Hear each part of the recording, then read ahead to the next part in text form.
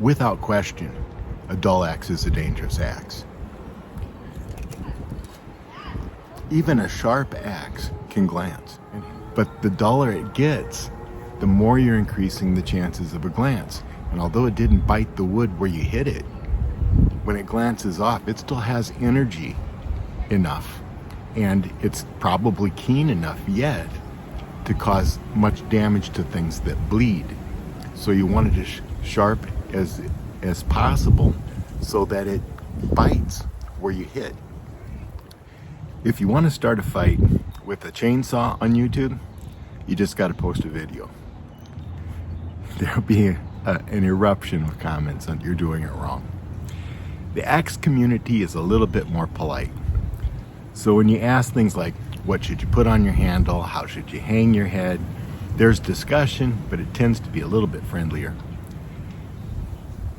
When you got an axe from me, and this is who I'm addressing, if you bought an axe from me, or if I gifted you an axe, it came all bright and shiny because it takes pride in my work. I would have probably, unless you told me not to, I would have probably taken it out to, I'd take some wet dry sandpaper out to about 2,500 grit to do at least the sharpening bevel, what some people call the primary bevel, get that like a mirror finish. And that naturally takes it out to a very fine edge with a very, very fine wire. It's easy to strap off. And then I would have taken some leather with a little bit of polishing compound on it and taken that to a razor sharp edge.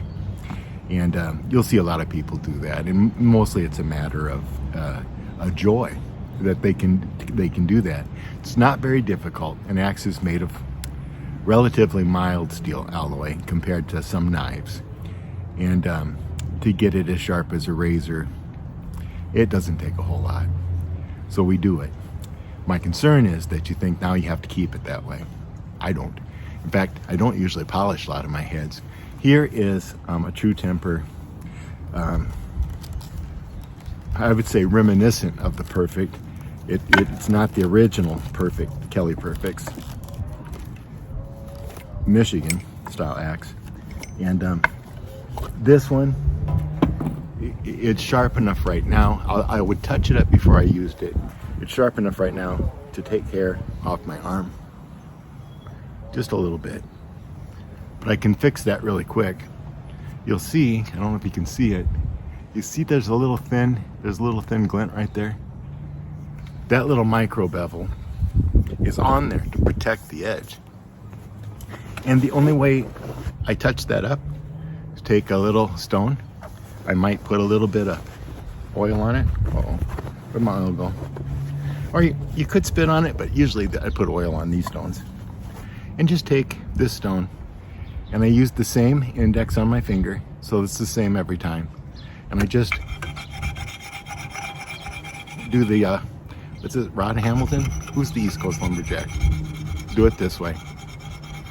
I'm not anchoring my hand anywhere, because of course that's an extremely arbitrary radius then. I'm just following it. I'm gonna do it that side, then I'm gonna do it that side. A little bit of a nick there. Nicks don't hurt anything. Someday I'll have to take a file and redo the edge.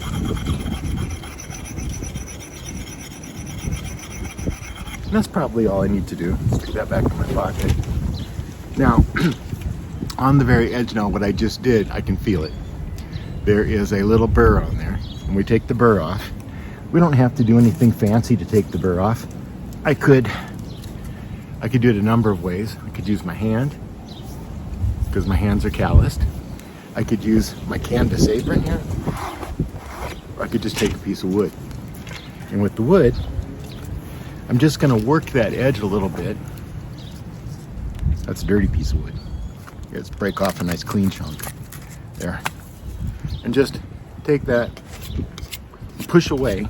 Because if you're in the field, the rule I was taught by my mentor, who I found, by the way, I found him on Facebook. if he's still alive, he would be about 86. And the last post was from him in 2023. I haven't seen anything and I haven't gotten a response, but I would love to get in touch with him again. Field. If you're on a long-term camp out, say up in the boundary waters, even a small cut, if it gets infected, ruins your trip, you're done. So in the field, I was taught, when you're sharpening, you file, like say you hit a rock or something, you take out your file, and there's little jigs you can improvise so that you can file an axe in the field. You file away from the bit, and then you stone away from the bit. When you're on your workbench, now you can file toward the edge and stone toward the edge. Not just because you're closer to ER, but because you're in a more controlled environment. All right, let's get back with it. But you just push that wire that way, and you push it this way.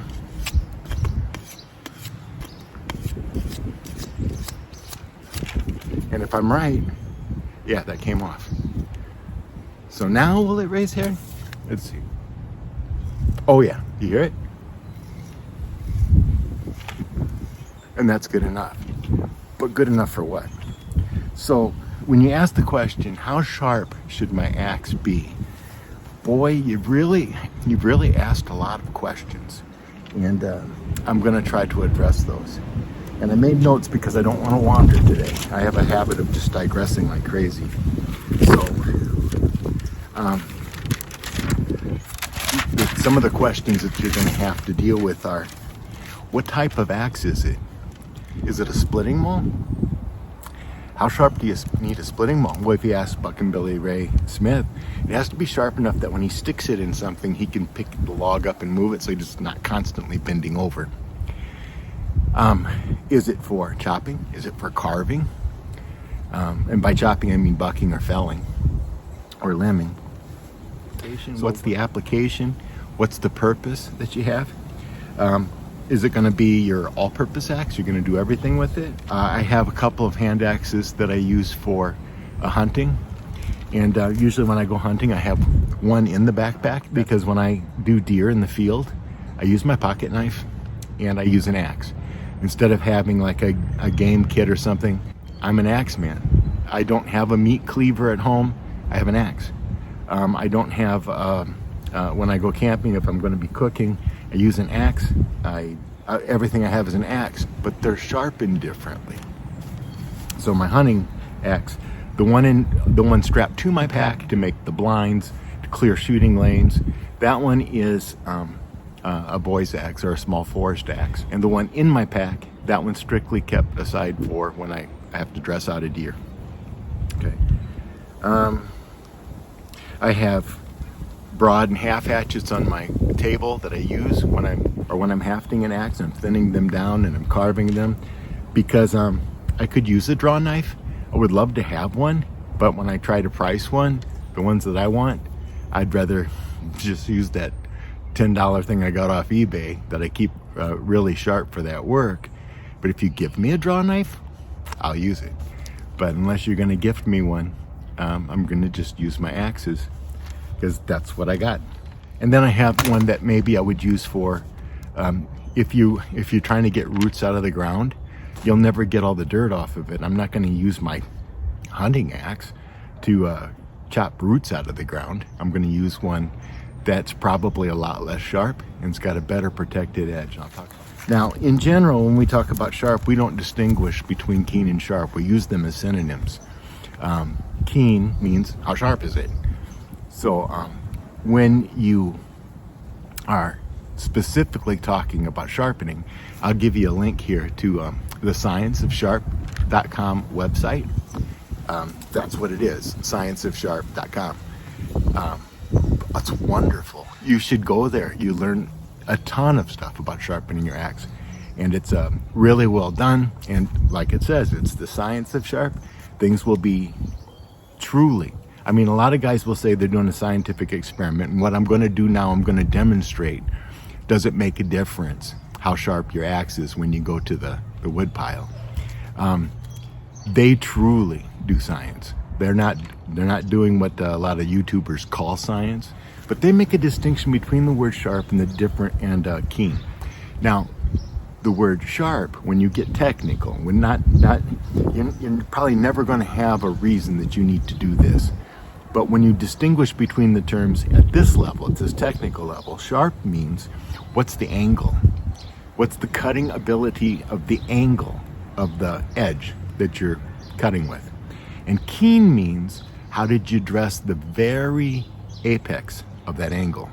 So the leading edge of the bevel that you put on, the first molecules that enter the wood, how consistently perfect are they? Are they kind of ragged? Are they a little bit serrated? Or are they consistently smooth? So how sharp something is what's the penetrating angle, and then keen is how finely dressed is the edge. So that would have to do with what did you use to put the edge on with? Did you use a stone? A stone's not going to have as smooth an edge as if you were to strop it out with buff and compound and or a rouge, and then you've got to ask another question. Will the instrument that you're sharpening, will it tolerate the edge that you put on it? Because there are some that just won't. There's a modern axe I have that I was processing the deer with, because like I said, I could stand there with a saw. I don't have a meat saw, and I'm a real life cheap old man. I'm not going to go out and buy special tools if I've got tools that will accomplish the job. I'm going to process one deer a year. I'm not going to go out and buy fancy, a fancy meat saw or something for it. I'm going to use what I got. And this year I thought, well, I'll use this. I have a very, very sharp and keen, modern $20 boy's axe from a farm and home store. And I can't use it for anything because it sticks in everything. If I go to chop a log, I can't get the axe back. It's great for picking logs up. I can walk around the yard and stick it in things, just barely touch them, and I can bring the log up to my hand, throw it on the pile. And I use it to clean up the yard all the time. And it's good for trimming bushes and things because the wood doesn't need to be supported. I can just whip it and it lops right off. So I took it to the deer, and this is what happened to the edge.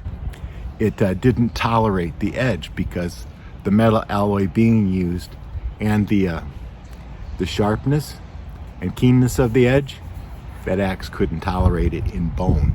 Now my other axes didn't have any problem, so I could switch over right away. My vintage axes can tolerate a much keener edge than say a modern day, a council tool. A council tool edges for me, even though their hardness tests out mid-50s, the edges roll or deform. So I have to take extra steps to make sure that I don't make them too sharp for what I use them for. And that's the huge question. What are you using it for? Will the instrument that you're using tolerate that sharp and keen of an edge? How sharp does this axe have to be? This is the ugly wedgeling, which, I had such great disdain for until I cleaned it up. It's amazing. In fact, I was using it a lot today. And I got to thinking I could use this one in a demonstration. Does it make a difference? I want to feel if there's a difference. I don't expect it to make much of a difference for long, if it makes a difference at all. Why wouldn't it make a difference? I'm gonna walk over to this tree here. We're gonna fell this tree with an axe. It doesn't look too bad, but all year long, wind is blowing at that bark. And look what it does. Can you see down there? What's in there? Down here at the ground, you can see it a lot more. There's dirt and grit and sand. Sometimes there's little rocks. That's full of that. Yes. How did I make the axes razor sharp? I took it to 2,000 grit, but I don't expect it to stay sharp that long because as I start smacking that tree, guess what's gonna happen? Couple swings, I will take off the edge I just put on with 2,000 grit with grit that's much, much greater than 2,000 probably. Now, how much dirt do you think is in these trees after they were felled? And these were, of course, felled by a chainsaw, and then I brought them here. They hit the ground with quite significant force. They were rolled, they were dragged through the dirt. They were tossed out here in the dirt off the truck where they landed in all that dirt. That bark's full of dirt. Same with these over here. They're full of dirt, and they've been laying here for a while, so the wind has had a chance to put some more dirt in there. I got to thinking, it's not that difficult to test the idea. So I thought, you know what we could do? Take that one to 2,000 grit and strop it and get it hair popping sharp like that. Wow. And then chop with it, make a notch with it, and then take that edge off, because the stone will take it off, and replace it with a stoned edge. And then we can see, does it make a difference? Let's go find out. All right, let's do this before I use the wand. We're gonna use this one back here, because it will be a good one. But I wanna put this out of the way first. I don't need to have an object in the way. Okay, and we'll chop right here. Now, let me start. I'll start one back here. This is about the same thickness of wood here as it is there. There's no knots on either side, so it should be very similar wood. Here it goes. So we got the mirror finished, 2,000 grit, then strop with rouge edge. Goes in nice.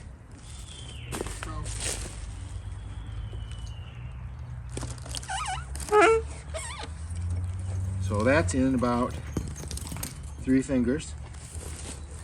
Make sure that that's how far it's going in. Oh, that one was not as at an angle. That was more straight up and down than the first one. So I'm gonna move it over here just a little bit.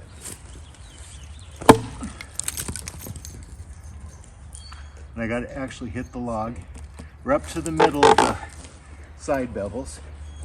Oh, that's in there good. That looks pretty good. And it feels awesome. But remember, this is bark. This bark is full of dirt.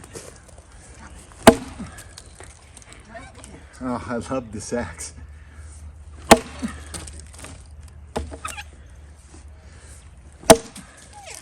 Now the other part of this test, which we're not demonstrating, is how long before that edge comes off. I imagine it's gone now.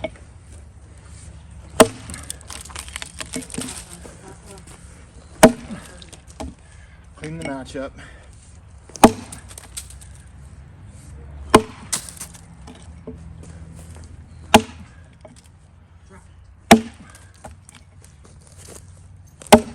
Oh, that feels good. And the best thing is those side bevels, letting it go.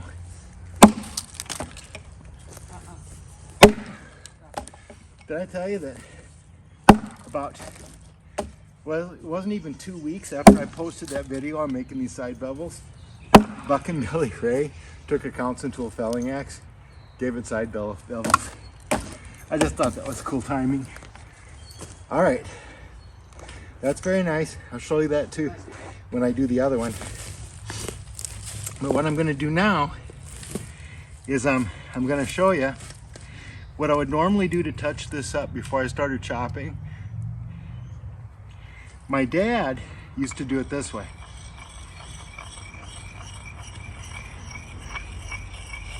He'd go around like that. The edge should be gone already. Make sure it's gone. What I've seen, that timber sports trainer and competition guy, East Coast Lumberjack, he goes like this. This one's pivot point's back here. And I have to move mine across the head as I go because, like I said, the radius for this curve is back here. So if I move with it, I can keep that micro bevel. That's what we're doing now. We're putting a micro bevel on. About the same all the way across. Don't move your knuckle because it's resting on this finger right here, on my ring finger.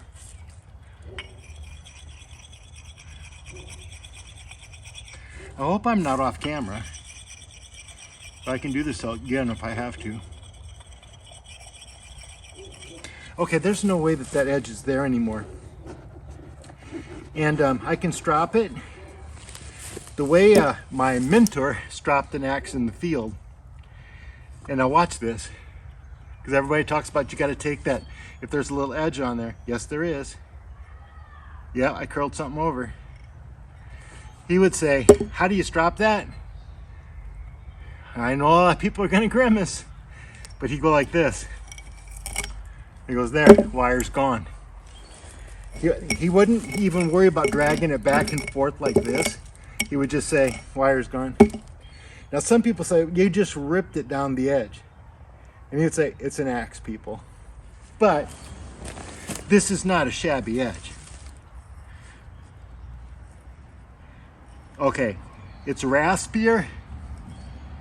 It's not as smooth. It's taking hair, but it's leaving some hair too. So is that good enough to cut? Here we go. I don't think that that made much difference.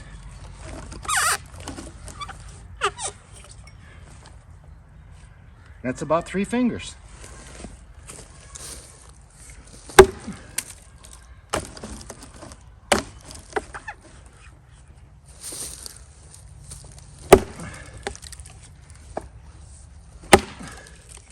Missed it.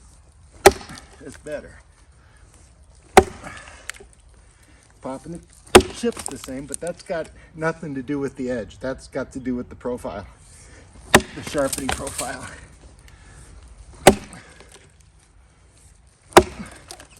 I don't feel the difference.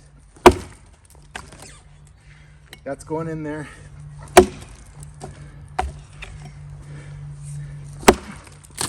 Now the thing about this edge, that micro bevel is going to hold up better because it's at a greater angle. It doesn't just come off. When I did the 2000, I went straight off the edge. Right? It's got a little bit of a convex to it. I went straight off the edge. When I put the micro bevel in, I'm giving it a greater angle. That's a more durable edge. That will stay sharp longer. And it's not having a problem.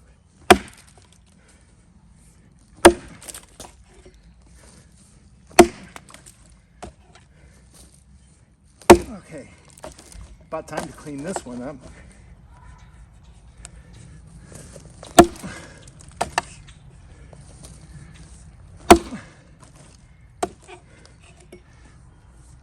Boy, you can sure tell the difference when you're using a 36-inch handle or a 32. This one seems, I lose a little bit of control. All right, clean it up, and then we'll compare them. I don't know how many strokes that was. If I did the same.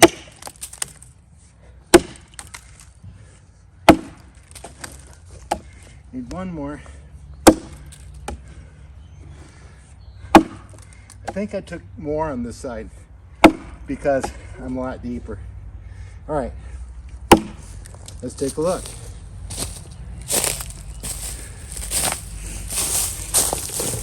Come around here. All right, what do we got? All right, here's the cut, focused in the middle of the cut I made with the razor sharp edge. All right, and yeah, this one I did go deeper, sorry. That's the one I did with the stoned edge, the micro beveled stone edge. I did not feel a difference. Could have chopped with either one. With this one, the razor edge, it was just a matter of time, and it might have happened already that razor edge was gone. And how will you want to keep your axes? This is enough. This little hardware stone, and a lot of guys, and gals that have my axes, I gave them one with their axe. It's all you need if this is what you're doing. If you're chopping firewood or going camping, that's all you need. If you're going to be using it for finer work, you're carving, you get like a hunting axe like I do, and you're working with stuff that's not full of grit. If you're working with that firewood in the stack there. So if you're working with a piece of this and you're not working with the bark, make it as sharp as you want to.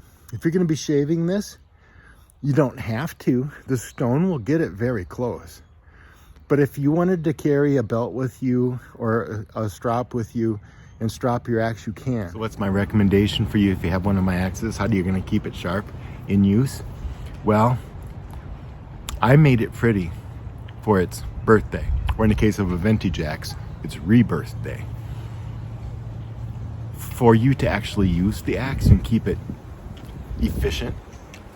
efficiently functional, I recommend just using the stone I gave you, or getting one like it. They're $6 or $7 at the hardware store, maybe $8 for a big one, and that would be sufficient. You saw that I could make mine shaving sharp with that. That's good enough.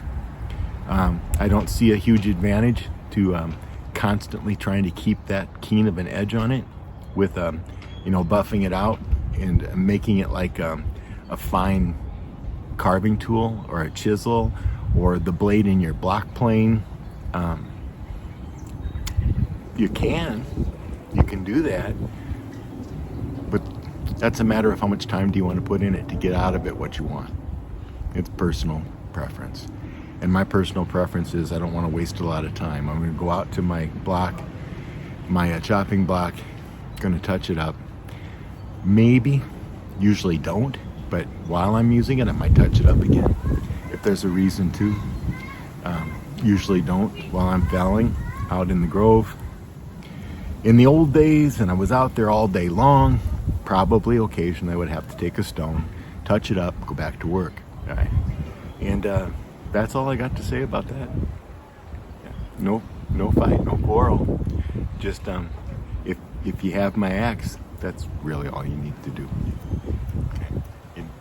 You don't have to keep it as sharp as its birthday.